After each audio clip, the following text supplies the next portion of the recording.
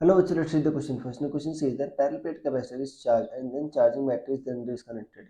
If plates of capacitor are moved further by means of insulating handles, the charge on capacitor increases, capacitance increases, the voltage across plates increases, the electrostatic energy stored in capacitor increases.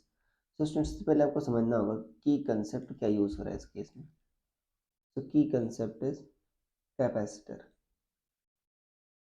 देखो जो capacitor आपका एक energy storage device होती है जिसमें energy जो है electrostatic potential के फॉर्म में पोटेंशियल एनर्जी के फॉर्म में स्टोर रहती है. राइट.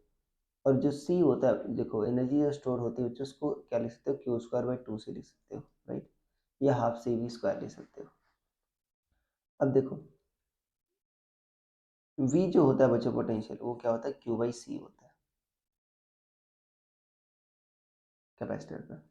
अब यहाँ पर पैरेलल प्लेट कैपेसिटर चार्ज है और चार्जिंग बैटरी डिस्कनेक्ट हो गई. चार्जिंग बैटरी डिस्कनेक्ट करने के बाद बच्चों क्यू क्या हो गया कांस्टेंट हो गया.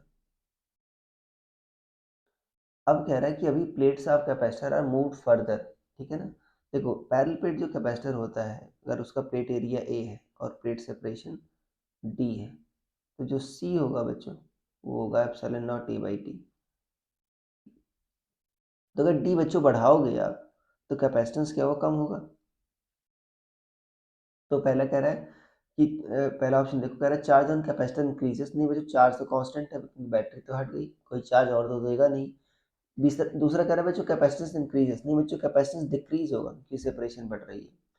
सी कह रहा है voltage across capacitor plates voltage across plates increases. हाँ बच्चों देखो क्यों कांस्टेंट है ये कांस्टेंट.